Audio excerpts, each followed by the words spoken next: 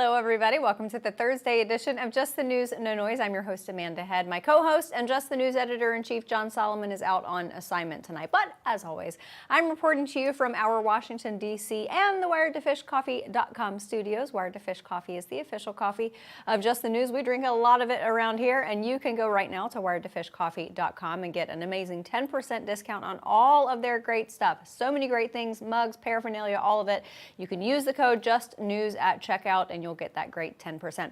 All right, so we here at Just the News are closely following the developments coming out of the Middle East as tensions continue to heighten between Israel and Iran. And as the White House continues to monitor the situation, a massive debate has broken out between the two sides of President Trump's coalition.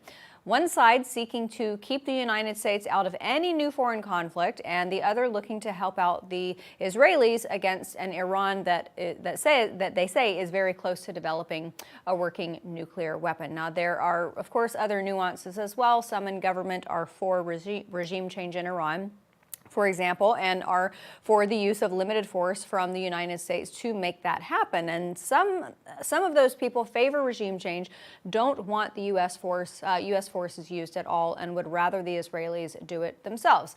Now, amid all of that, there's some tough talk coming from the Iranian side. Their supreme leader, the Ayatollah Khamenei, says that his country will never surrender after President Trump called for it earlier this week. And the Ayatollah warned President Trump from entering the war. Even so, President Trump revealed earlier that Iran had offered to visit the White House for talks, so something he praised as courageous. But he also said that there was a big difference between talking now and a week ago. White House Press Secretary Karoline Leavitt expressed that today. As for correspondence between the United States and the Iranians, I can confirm that correspondence has continued. As you know, we were engaged with 6 rounds of negotiations with them in both indirect and direct ways. 6 rounds. And while we wait and see if President Trump will authorize a strike against the Islamic Republic, White House Press Secretary Karoline Leavitt revealed the president's timetable. Regarding the ongoing situation in Iran, I know there has been a lot of speculation amongst all of you in the media regarding the president's decision-making and whether or not the United States will be directly involved. In light of that news, I have a message directly from the president, and I quote, "Based on the fact that there's a substantial chance of negotiations that may or may not take place with Iran in the near future, I will make my decision whether or not to go within the next 2 weeks." That's a quote directly from the president for all of you today.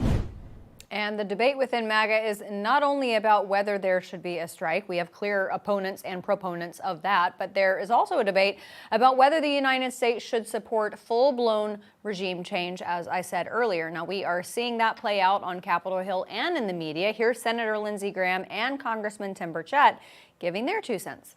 We got a chance to end a threat to the state of Israel forever by replacing this regime with something better. And I do believe the biggest winner of the Ayatollah leaving would be the Iranian people. Take this regime down, make the world a better place. I think that you're seeing on the ground, and from reports I've gotten, that there are Iranians that would like regime change. We just don't have a good record with a regime change. We put somebody in, and it doesn't seem to always work out for us. I would use a lot of caution in that area.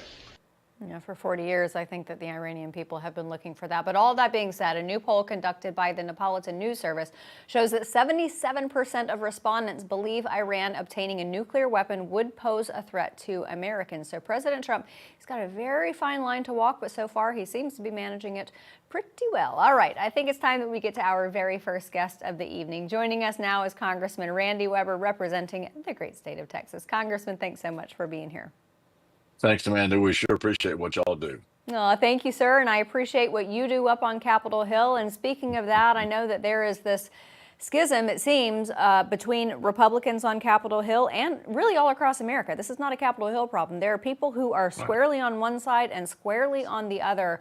How do we unite Republicans around President Trump when you've got 2 very different views of what our involvement or lack thereof should look like? Well, for one thing, I've often said that, look, number one, when someone tells you they want to kill you, believe them. You're talking about a regime that calls America, that's us, folks, the great Satan, and Israel, the little Satan. Mm-hmm. And look, you know what happened October the 7th, 2023. Amanda, they had us in a classified room with videos. You probably know a lot of the terrorists, the killers, Hamas, who, by the way, in their charter, the founding charter of their very existence, we have the Constitution, they have a charter. They say they're going to kill all the Jews and destroy the state of Israel. And did I mention when somebody tells you they want to kill you, believe them? Anyway, they brought in there the video because those killers wore GoPro cameras. And let me tell you something. We sat there for almost 40 minutes. We watched those videos. Hardly anybody walked out with a dry eye because they killed women, they killed children. It was unbelievable what they did. Now, this Hamas, as you know, supported by the Iranians. And when somebody says they want to kill you, we ought to take them out. I think Americans have to understand that. I understand what my good friend Tim Burchett said from Tennessee, that we don't have a good history with a regime change. You may remember that President Ronald Reagan dropped a bomb on Muammar Gaddafi's house in Libya because he was exporting terrorism and killed, I forget how many Americans it was. But at least he gave up his nuclear weapons and he decided that, this old man's going to kill me. And so he started playing straight. I think if Iran understood that America, the strength of America, the strength of the American people realize that Iranians are a threat to Israel, our greatest ally, and to us, that doggone right we're going to get involved. Yeah. And sir, I've heard so many people say, well, President Trump ran on no new wars, peace through strength. Iran with nuclear capabilities, weaponry, is not peace. That's not peace. We had Senator Marsha Blackburn on the show yesterday. She said if you give Iran $1, it will go one of two places, either to uranium or to proxies. And both of those are death for not only Israel, not only the United States, but plenty of other countries too. And I started with Senator when she was in the House before she got demoted to the Senate. and she's absolutely right. And that's what American people need to understand. Again, when somebody tells you they want to kill you, they're exporting terror. They are the #1 exporter of terror in the country, in the world, rather, that I've seen in the last. I got involved in Republican politics '83 when Reagan ran for re-election. I've never seen anything like the Iranian mullahs and the Iranian, the IRGC, Iranian Revolutionary Guard Force, the committee, rather. They are absolutely intent on killing Americans, intent on exporting terrorism, intent on killing the Israeli population, the Jews, and also the entire country. People need to realize, it sounds nice. Look, we're going to play nice. We're going to be diplomatic, blah, blah, blah, blah, blah. You cannot negotiate with killers. And that's what we're trying to do. I give President Donald Trump credit. He's a great president, and he's trying to do this as cautiously and as correctly as he can. Kudos to him. He's going to make the right decision. We just have to be patient. Well, and that's another thing, too. I know that there are a lot of criticisms about the decisions that he is presumably making regarding our involvement in the war. And there are a lot of folks out there, including the vice president, who said, I think he's proven his track record during his first term, bringing troops home, being a net negative when it comes to troops overseas in his first term. I think that he has earned some trust at this point. Well, I think he did too, Amanda, and that's a good point.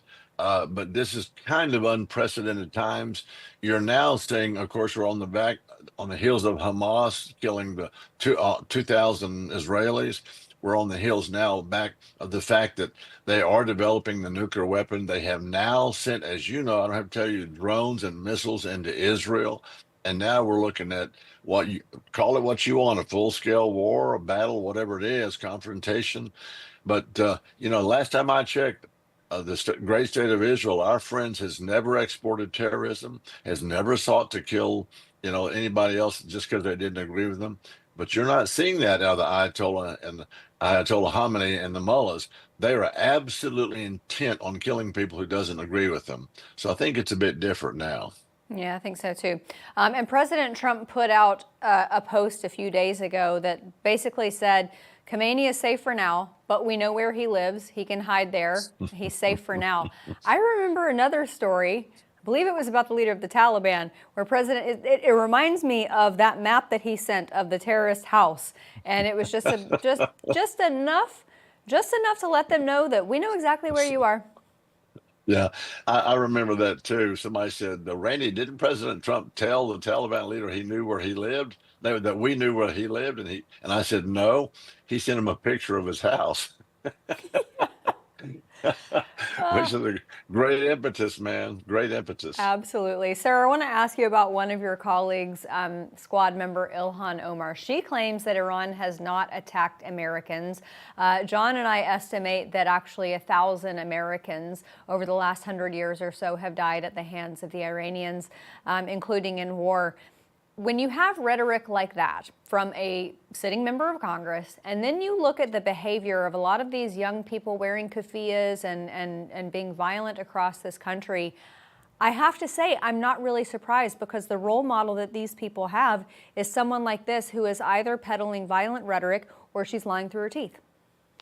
Well, I think it's both, actually, to be truthful with you, man. Now, look, and in Texas, we had a bumper sticker back in the 60s and 70s when all the this talk and discussion went about Vietnam War and how America should be treating, other countries that are trying to kill us, said the communists, for example, who vowed to take over the world. Ilhan Omar reminds me of the bumper sticker that we had back in the 60s and 70s in Texas, and it said, America, love it or leave it. Ilhan Omar is here by the grace of God and the grace of the fact that she was able to get here, be here. Now, quit criticizing the United States of America and our policies. If it's so bad here, if you don't like it, go to some other country. It's just that simple. It truly, truly is. Speaking of that, President Trump had a very big accomplishment that in the month of May, especially compared to Joe Biden, who had thousands, not a single illegal immigrant was released into this country. Sir, you and I were talking about this before we came to air. I think of the morale of Border Patrol. I think of the human aspect of these men and women who have to protect our country, and the shackles have been removed. They are now able to do their jobs. And, you in Texas, I feel like these people have to feel like they have been liberated, and it is soul fulfilling for them. Absolutely, it is, because they're protecting Americans, they're protecting Texans, and you probably know this. The United States of America has about 2,000 miles of border with Mexico, and Texas has almost 1,200 of those miles. I told you I was the chairman of the Borders Committee when I was in the legislature. I've been there. It was bad back then. And Amanda, I've been there, and the coyotes and the druggies are bringing these people up for drug trafficking, for human trafficking. They're bringing a lot of these young girls up for that very reason across the border. And I've been there. They have what's called rape trees. I've been there and seen them with my own eyes. These coyotes, they rape these young girls repeatedly, females, and they'll take advantage of them. And then they hang their underwear and stuff in a tree as a trophy to show what they've done. I tell you what, our border is now more secure under our great President Donald Trump. We need the border wall built, continued. We need a lot of work done. The Border Patrol is in a good place. President Trump has done his due diligence to promise to protect the Americans. And you're now seeing the agency that's charged with the responsibility of doing that actually getting some backup, actually getting to work, because they know that President Trump's got their back. Absolutely.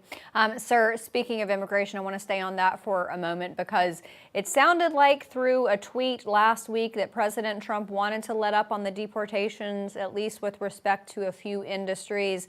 But that doesn't sound like that's happening at all, because Tom Homan, his borders czar, says that, he has consistently said that he wants to ramp it up. He doesn't want to slow it down. Well, I don't know what the difference there is, but I do know this. Texas is an agricultural state to some degree. We're the second largest economy in the United States, second only to California. And if we were a country, we'd be the, I think, eighth largest country in the world based on our economy. We do have agriculture. We do have those who want to come over here and work for us. They actually come back and forth. I've got, in my district 14, we've got a bunch of rice farmers, we've got cotton farmers.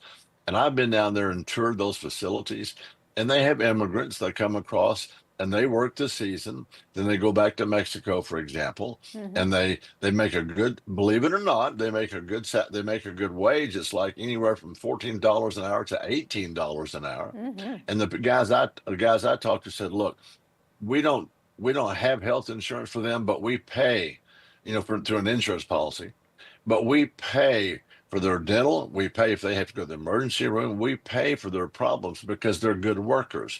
They're family people. They're hard workers. They come here, they do a job, and then they go back across the make. They're not over here to kill us. They're not over here to take advantage of us. Right. So yeah, Texas is an agrarian economy in some regard. So I think that what Trump is intending to do is to continue those who want to be here and do the right thing, even if we are way over our quota. I don't know that I agree necessarily with that raising our quota, but I think that's what he's aiming at. Yeah, I think that's probably spot on. Congressman Randy Weber from Texas, thank you so much for being here tonight. We'll see you soon. Thank you, Amanda. We love what y'all do. Thank you, sir. Likewise. All right, everybody. Next, how can President Trump continue to counter the deep state? We're going to talk to a man who, until recently, was at the heart of the Department of Justice, Aaron Reitz, about that and much, much more, including his campaign for Attorney General of what state? Well, Texas. That's after this break. Hey folks, you might be wondering, when's the right time to start adding collagen to my diet? How about today? Collagen production starts to dwindle in your 20s, and by the time you hit your 50s like me, it's decreased, and it contributes to wrinkles, sagging skin, and joint discomfort. Now, Native Path Collagen can help. It's packed with only type 1 and 3 collagen fibers, the ones your body needs most for healthy joints, for healthy skin, bones, hair, nails, and also, believe it or not, your gut. Plus, it's third-party tested for purity and with no fillers, no additives, and no artificial junk. That's important to me. 2 scoops a day of Native Path delivers 18 grams of protein. Mix it into your coffee, your tea, your soup, or any drink. It's completely flavorless and easy to use. Right now, you can get a special bundle deal at the fraction of the retail price. Plus, you're going to get free shipping. Available at getnativepath.com/justnews. That's getnativepath.com/justnews. With over 4 million jars sold, thousands of 5-star reviews, and a 365-day money-back guarantee, this is your moment to take control of aging before symptoms get worse. So go to getnativepath.com/justnews right now. Supplies are limited and demand is surging. That's getnativepath.com/justnews.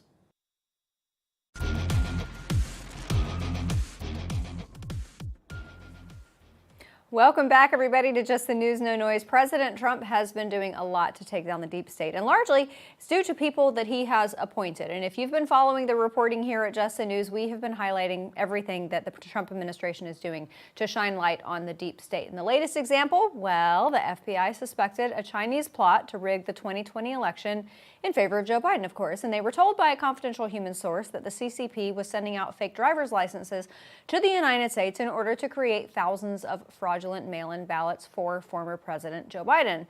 So after the FBI sent out that report to other federal intel agencies, it then asked those agencies to destroy the intel. So much for the narrative that the 2020 election was the most secure in history, right, Chris Krebs?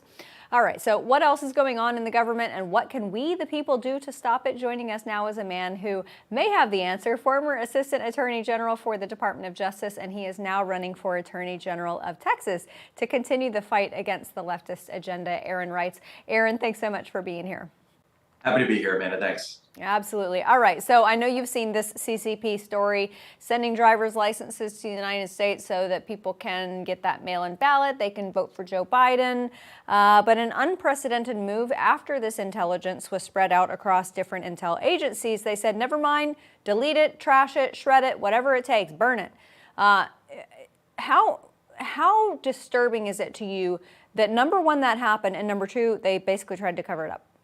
Yeah, it's, first of all, it's totally disturbing, but it's also utterly unsurprising. I know. There were many of us that were working deeply on election integrity back in, October, November, December of 2020, in and around the presidential election, who were saying that, of course, these sorts of things are happening. And you'll remember all the way back then the gaslighting of the Democrats and the mainstream media and the establishment calling us all conspiracy theorists, that they were crazy. We were getting canceled for questioning the outcome and the manner in which the presidential election was managed, all the while forgetting that back in 2016, all of the Democrats and Hillary Clinton were all saying that was a stolen election. And so really they're just projecting their own sort of insecurities on the right. But I will tell you that back in the fall of 2020, when I was first with Attorney General Ken Paxton as his deputy, after that fraudulent election came through and all the mainstream media was calling the election for Joe Biden, President Trump went around the country looking for a champion to file a lawsuit to challenge the constitutionality of that election. And that case eventually became known as Texas v. Pennsylvania, which Attorney General Paxton, me, and several of my colleagues led in the United States Supreme Court, challenging the constitutionality of how several states ran their election. And so we provided all kinds of evidence. And bottom line is, here we are in the year 2025, and a lot of what we were saying 5 years ago actually turned out to be exactly what we were saying, and now it's coming to light. So I'm shocked, I'm disturbed, but I'm not surprised. Yeah, you know, of all of the dire moments during the 2020 election, I actually remember that the most. I remember that decision from the Supreme Court that basically passed on it. I was sitting in a place here in D.C. called Joe's with my good friend Ben Berkwam, who also works at this network, and I remember checking my phone and seeing the news from the Supreme Court that they had basically cowered, and it was absolutely heartbreaking. But speaking of your predecessor, Ken Paxton, I was thinking about this when I found out that we were having you on, because, you know, being the Attorney General of Texas it's a huge role and a huge responsibility, but an immense amount of power. If the state of Texas sues Backpage.com, the EPA, Pfizer, that carries a ton of weight.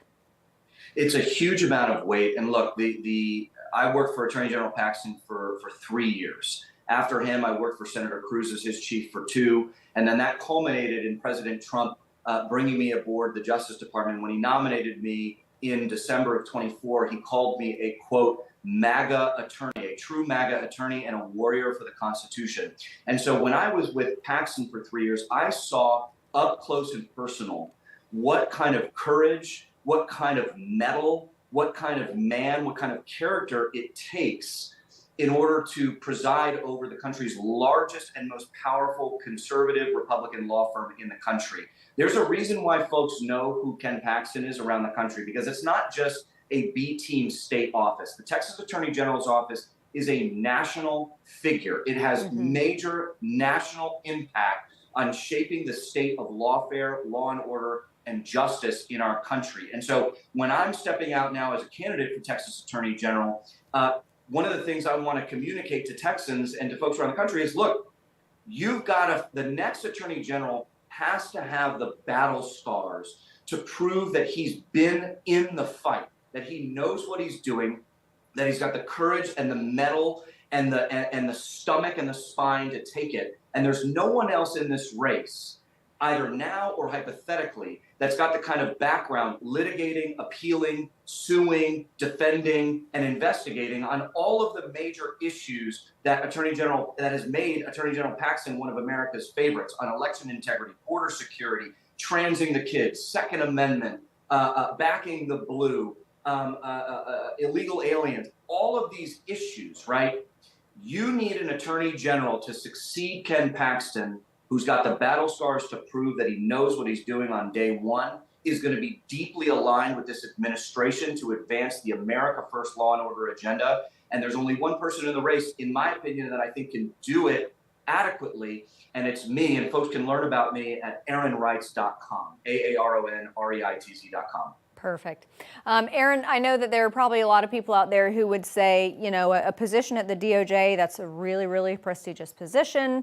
And now you want to run for Texas Attorney General. Do you consider Texas Attorney General, if you win that position, do you consider that to be even more consequential than your position at the DOJ? I do believe that it is. And that was, you know, part of the prayerful analysis and due diligence that I put into thinking about this. Attorney General Paxton announced his Senate run over 2 months ago. And so I went through an exploratory phase where I thought about, okay, what would happen to our country if Ken Paxton is succeeded by somebody who's not ready? What if the next Texas Attorney General is someone who's just a generic member of GOP Inc.? What happens if the next Texas Attorney General has never really practiced law, which my primary opponent right now has not? What would happen if the next Texas Attorney General has zero MAGA credibility, has not been vetted, tested, and tried by the forces of the left? What happens if the next Texas Attorney General does not strike fear into the heart of the left as Senate Judiciary Committee Democrat ranking member Dick Durbin said about me, or Cory Booker said about me during my hearing. He said I sent a chill down his spine. What happens if we have somebody who's just kind of a B player?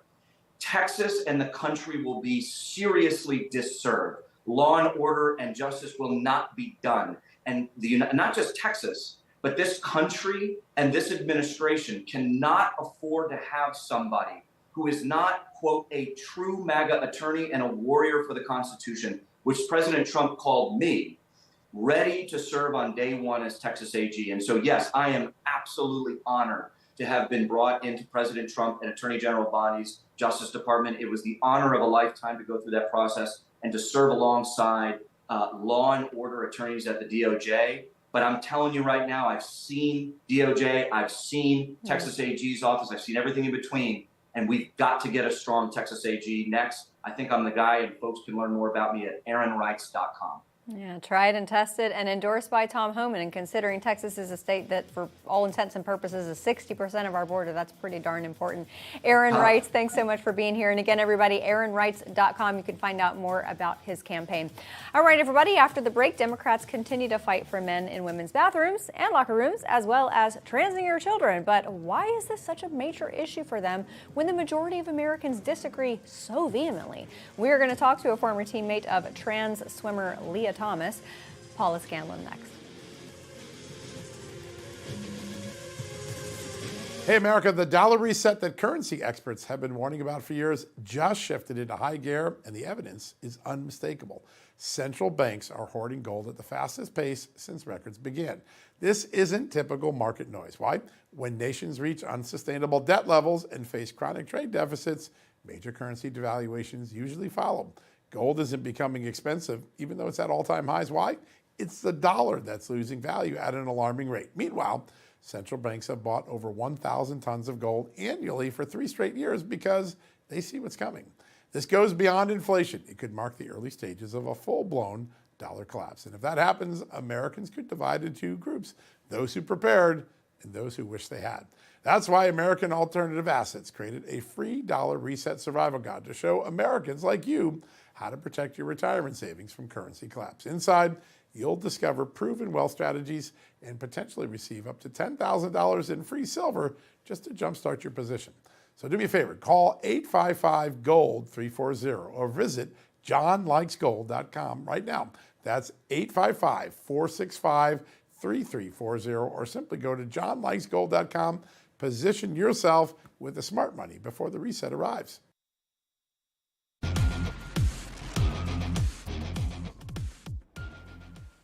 Welcome back, everybody. House Republicans recently took a very principled stand for fiscal responsibility and traditional values by passing language in the big, beautiful bill that prohibits federal Medicaid and Affordable Care Act funding from being used for gender transition procedures for any age. That was the language. I call it sex change.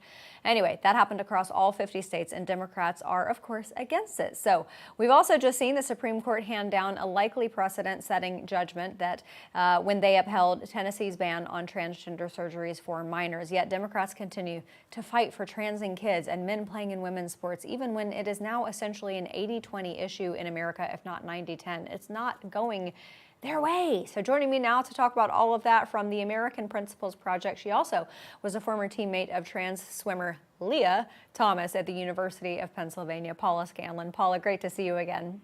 Thank you so much for having me on. I cannot for the life of me, and Paula, I know we've talked about this before, I don't understand on an issue that polls so poorly for Democrats, why on earth is this something that they are doubling down on?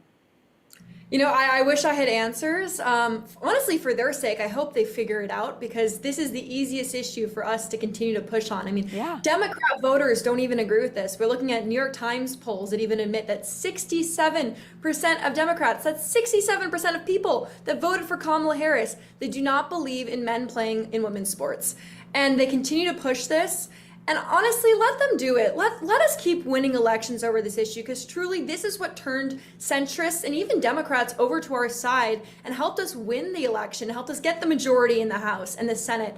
But honestly, I can't even understand why they keep pushing this, and they want to keep pushing this, and they really want to just cater to this small, tiny group of their party that's so radical in believing men can be women and a 6'4" tall man should be in your girls' locker room. Yeah, I mean, it's so unbelievably common sense, and yet they just seem to run in the opposite direction anytime common sense knocks on their door. I want to ask you about this decision out of the Supreme Court yesterday regarding the state of Tennessee and their law that very reasonably says we ain't paying for it. We're not paying for sex change for minors. You can call it gender transition surgery, whatever, but and it's not even sex change because you can't change somebody's sex. Anyway, you know what I mean. How consequential is this going to be, do you think? It's a wonderful win, but a lot of people think that the fight is over. It's nowhere near over. Yeah. It's just saying that what's been done in Tennessee by banning these surgeries for minors is allowed. It's not a violation of the Constitution. The Supreme Court just ruled that. There are many activists on the other side that are crying, saying their rights have been violated, that people are being put in harm's way. No, this is saving children in the state of Tennessee, and ultimately we have to fight this now in other states. There are other states that still allow this to happen. There's still blue states in this country that are pushing for parents to lose custody of their kids if they don't want to transition them. I mean, there's still surgeries happening across the country to minors, and we have to keep fighting, but I think that this is a great win, and I hope we see the day where there's no more transgender surgeries for minors anywhere in this country, no matter how blue the state. Absolutely. I want to ask you about the state of play, pun intended, with the NCAA, because President Trump signed that very important executive order. This was, back in February, I believe. The NCAA said, okay, yeah, we're right, we'll comply. But then when you dug into the language, the NCAA was not really doing much of anything to change their policies. When it comes to the NCAA, are they still allowing or maybe even turning a blind eye to men being in women's sports because they're not really requiring the verification documents, it seems like? Yes, they definitely are not. I mean, firsthand, let's just talk about the fact that Leah Thomas started competing back in 2021, and it took them years to even make any policy suggesting that what they had done to us was wrong back then. They waited until Trump signed the executive order to do anything at all. And when they did that, they said, okay, we're going to base this off of birth certificates. Well, upon looking into it, there are over 30 states in this country where you can change your birth certificate. You can go down, I can go down, I live in a liberal state, I can go down to the DMV or whoever and petition and say, actually, I want my birth certificate changed to be male, and they would do it for me. Meaning the other way around, for male athletes wanting to compete in women's sports, they can use that and they can still go and play in women's sports based on how the NCAA set up their policy. And they haven't changed it. Once they heard this, they didn't care at all. And it just showed me that this was never about protecting women. This is always about advancing their best interests. And they have no interest in protecting female athletes. They only have an interest in making money in those big sports like football and basketball. And other than that, they don't care about you. Good luck. Yeah. Paula, I remember in 2021 when this happened with Leah Thomas, and I remember thinking to myself, it's going to be women who make this change. It's going to be women who force this to change, and women like you, sure enough, stepped forward to do this. Who else needs to get in the fight with you guys? Well, I think we need more women. I mean, we just saw what happened with Simone Biles, who is a outstanding female athlete, and we're looking at these gold medalist female athletes that have said nothing. I mean, even in the swimming world, of course, Riley Gaines, a great friend of mine, has done so much for this movement, but there were many other female athletes that competed at the NCAA championship that have Olympic medals, that are outstanding athletes, and they have been silent on this issue. And not just in the sport of swimming, but in every sport. I mean, track and field, this issue is running rampant. I swear every single weekend, I'm seeing a story out of California or Oregon where a male athlete is dominating female athletes in a high school track championship. And yet none of those Olympians are speaking out. And so ultimately, I think if we can't depend on them to speak up, I can see why people don't think this issue is worth fighting for. Yeah. Paula, I'm sure you know this. My alma mater, Auburn University, is a big swimming school, and I would love to see some of the female athletes out of my university speak up more. People like Suni Lee, who have won gold medals in the Olympics. It seems like, is it cowardice? What is it? I think it's a lot of fear, and actually, funny enough, I actually grew up swimming with a girl who went and swam at Auburn, and she messaged me to say she supported me and Riley, but didn't feel like she was really at a point where she could talk about it because she didn't directly compete against Leah Thomas, which is fair, but she was on her side, so maybe your university does have some good ones in there. Yeah, well, I wish they would speak up. I understand that maybe they didn't have to compete with Leah, but courage is contagious, and Paula, you've got a whole boatload of that, so thank you so much for being here. All right, everybody. Next, the media is hyping up a new form of COVID. They are dubbing the new variant razor blade throat in headlines. If we ever see the end of this, I don't know, but we're going to talk about it with Dr. Peter McCullough about that and much more after the break. Hey, it's a new day in America and a new administration in Washington, D.C. There's a lot of excitement and optimism about the future, but the reality is there's a lot of work to do as well, especially when it comes to fixing our broken healthcare system. The truth is that the forces that are responsible for breaking our healthcare system aren't going to simply go away. The challenges our system faces won't disappear overnight. Now more than ever, you need to be prepared. That's where the Wellness Company comes in. Their doctors are medical professionals that you can trust, and their line of prescription medical kits are the gold standard when it comes to keeping you safe and healthy, as well as your family. Whether it's the medical emergency kit, the contagion kit, the first aid kit, or the travel kit, these prescription kits contain an assortment of life-saving medications and guidebooks to assist in the proper use of these medications. From the flu to strep throat, from COVID to the bird flu, from a trip to the beach to a trip overseas, the Wellness Company has a prescription kit designed to keep you and your family safe. Make America healthy again. Start at home. Do your part and protect the health of you and your family. Go to twc.health/justnews today and order. That's twc.health/justnews and use the promo code JUSTNEWS to save 10% off.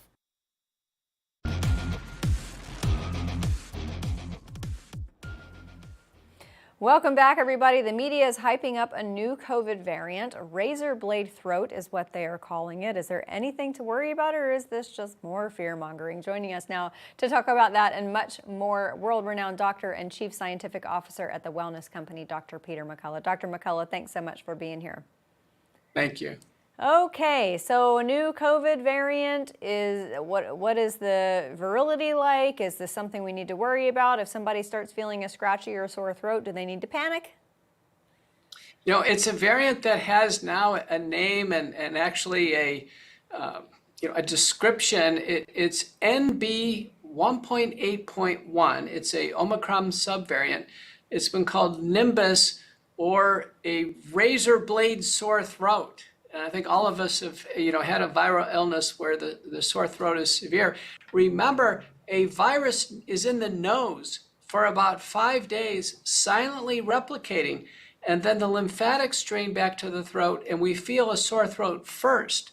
But when we feel a sore throat, the virus has actually already been in the nose for 5 days.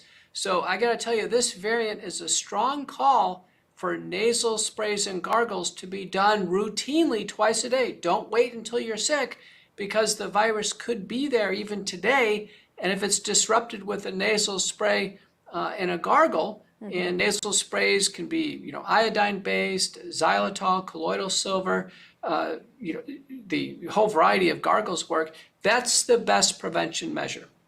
So if people want to do a gargle or something like that, I've seen various recipes online, obviously, especially with colloidal silver, you have to very, very strongly dilute it.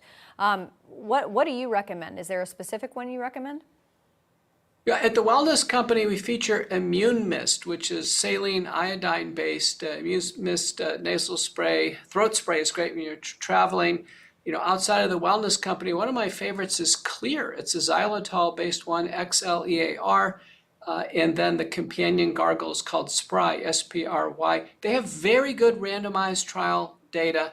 They clearly prevent COVID-19, common cold, flu, RSV, and they're good actually for kind of nasal hygiene and as dental hygiene. So everybody should be doing twice a day nasal sprays and gargles. Don't wait until you get sick. I love that. Okay, I want to move on to some recent news within the last 48 hours or so. Two major companies, General Mills and Heinz, have stepped forward and said we're going to get rid of the artificial dyes in our food. This obviously would have never happened were it not for Bobby Kennedy and a whole slew, Jay Bhattacharya, Marty McCary, a lot of these people who have stepped forward in this movement. How consequential is this going to be for just making Americans healthier in general? It's good news. Both companies were on the way to doing this. They had initiatives. And we're talking largely about yellow and red dyes. Both of them have been linked theoretically in animals, chronic exposure to various cancers. That's disconcerting. And there are clinical data showing they're linked to hyperactivity in children. That's another reason to get rid of it. So I think it's a welcome change. The companies have said it's not going to be till 2027 until they're out of the products, but these are positive changes. So good to see them. I gotta say, 2027 until they're out of the products, that's 2 years from now. That means that they are using components that are 2 years old by the time 2027 rolls around. But I'm gonna sidestep that for a moment. And I want to get something from you regarding the topic that I had with my last guest regarding trans surgery. I think for so many of us who oppose this, we see the savagery and the mutilation and, at the very least, what can turn someone sterile if they are on puberty blockers at a certain age. But I know you've got some strong scientific data about this, so let it rip. It's true that the data have been coming in now for at least a couple decades. We now know that most children who are beginning this transgender process, they have gender dysphoria, they actually have background autism spectrum disorder. The majority do. So children with autism are suggestible, they feel ostracized, and normal children essentially wouldn't do this. Because their gender orientation is solid. So it's important to understand that transgender clinical care, in a sense, is preying upon children with autism. We have a neuropsychiatric disorder, and all the data suggests that transgender care is sterilizing, it's disfiguring, it's permanent. It increases the burden of psychiatric disease and increases mortality from all causes. More than half the states have banned it in the youth, and now the Supreme Court is backing up Tennessee, which in a sense is backing up Texas and the other 25 states, and President Trump, who has also weighed in with an executive order. So I'd like to see this completely eliminated from as a threat to our children. Above all, do no harm. I know that children and adults want neurodiversity and gender diversity, but it's not something that is clinically appropriate or prudent. We can't have harm done to autistic children. Yeah, absolutely. Sir, before I let you go, I want to ask you about pharmaceutical ads. I saw one this morning for something I had never heard of, CIPD, not COPD, and I thought to myself, well, that's something novel. I never even knew. I still don't even know what that is. But we are only one of 2 countries that allow pharmaceutical ads on TV. Is this something that RFK needs to look at and possibly consider doing away with? RFK actually has a team now. So Bernie Sanders and Angus King in the Senate are moving with RFK to ban pharmaceutical advertising. The reason why this is so important, and Tucker Carlson exposed this now a few months ago, is that when a pharmaceutical company is advertising a drug for an obscure problem, like you mentioned, typically with a complicated acronym, what they're doing is they're essentially buying control of the entire media platform and the narrative. So you can imagine if Pfizer has an ad spend for their blood thinners or other drugs, they can actually have conversations with CNN or MSNBC and say, we don't want any negative stories about our other Pfizer products, like our vaccines.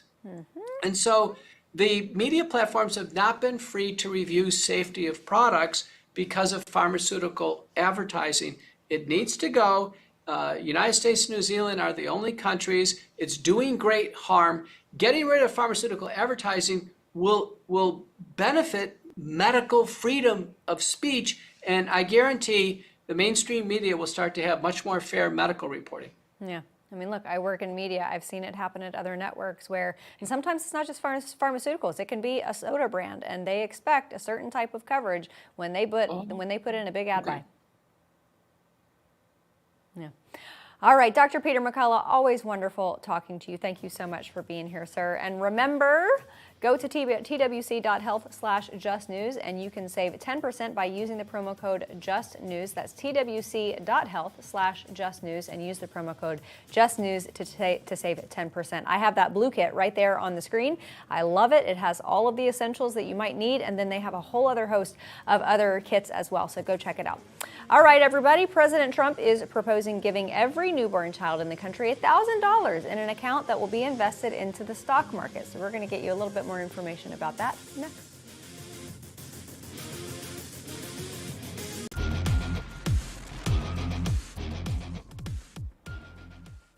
Welcome back, everybody. As part of a broader effort to strengthen families and promote upward mobility, a new proposed policy allows American parents to open savings accounts for their newborns, seeded with $1,000 from the government at birth. They are called Trump accounts. And are they a good idea? Joining us now to discuss that is the president of 40 Days for Life, Sean Carney. Sean, thanks so much for being here.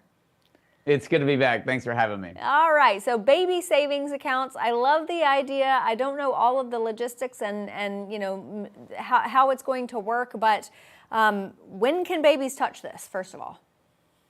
Yeah, well, when they're 18. I mean, it's really amazing. It's a genius idea. It brings in the private sector. It encourages growing capital. It encourages building the economy through investments. And unlike 529 accounts, it doesn't have all of the red tape and the regulations. Those are typically used. They can be used for private school. They can be used for college. They're mainly used for college, but that's about it. They don't even allow you to use 529s for, you know, travel to see your kids in college. And so this is a basic account that the government's going to help you with by starting it at $1,000, and then if couples are able to, they can invest, and those children can use it to buy a home. They can use it to buy a car. The parents can certainly use it before then.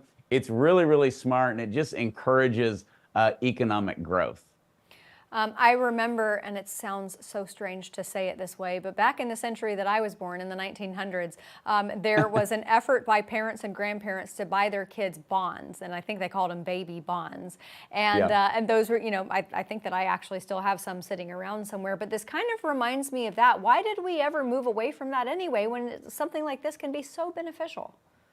Well, I think it speaks to the fact that not only has Trump by far, and it's not even close, been the most pro-life president ever, he's been the most pro-family president. He's done more for single moms. He's done more for couples. He's done more for families than any other president. And this is just yet another incentive. You know, many of his tax benefits don't apply to people who make, you know, a lot of money, but those people can now invest in these accounts. And that's why, you know, of course, he gets criticized for everything, but Wall Street is rejoicing this because they want parents to have incentive to invest, and it grows tax-free. And again, it looks like you're going to be able to use it the way the plan is written for pretty much anything for your child, or you can gift it to them, you know, when they turn 18 or at a later time. So it's really, really smart. It encourages investment. It certainly encourages savings, and it's yet another benefit. And I think it lines up perfectly when we're finally having this conversation about how underpopulated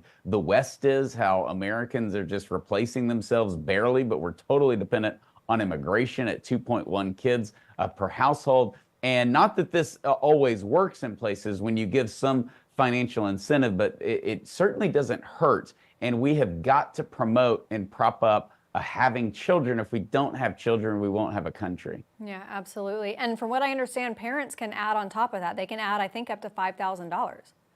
Yeah, per year, and it all grows tax-free. And so even if parents, you know, they can't max it out, but they've got, you know, a couple of $100s left, that adds up over time. So it's very, very smart, and I think it takes the government out of investing for your children, because it's not so highly regulated like retirement accounts or college saving plans. Yeah. Sean, I always love having you on. I love what your organization 40 Days for Life does. Tell everybody a little bit. We got about 30 seconds. Yeah, we hold peaceful vigils across the country for 40 straight days in front of abortion facilities. We're in 1,800 cities in 64 countries, the largest pro-life organization in the world, and demand has been at an all-time high in a post-Roe America. Indeed. Where can people find out more and donate if they want to? They can go to 40daysforlife.com. We do survive on private donations. I know you'll be shocked to hear we don't get money from the federal government. Yeah, and hopefully very, very soon there will be no abortion clinics across the country that get any more funding. I know that's something that President Trump spoke very loudly about, and Sean, I'm sure you spoke to him about that in the days leading up to his second term. But Sean Carney from 40 Days for Life, thanks so much for joining me tonight. All right, everybody, that's all the time we have for tonight. I'm going to be back here tomorrow at 6 p.m. Eastern, same time, same place. Grant Stinchfield is going to take you through the next hour. See you tomorrow.